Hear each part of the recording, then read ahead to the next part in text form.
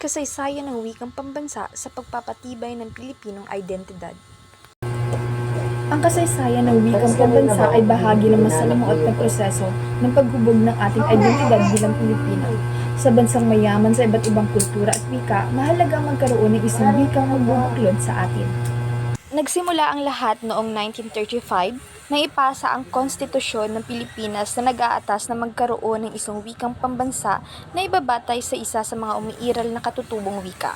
Si Manuel L. Quezon, ang tinuguring ama ng wikang pambansa, ang nanguna sa pagsulong ng wikang ito. Taong 1937, pinili ang Tagalog bilang batayan ng wikang pambansa.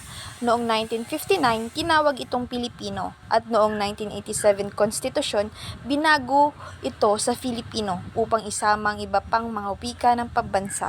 Ang wikang pambansa ay nagsisilbing tulay upang mapag-isa ang mga Pilipino mula sa iba't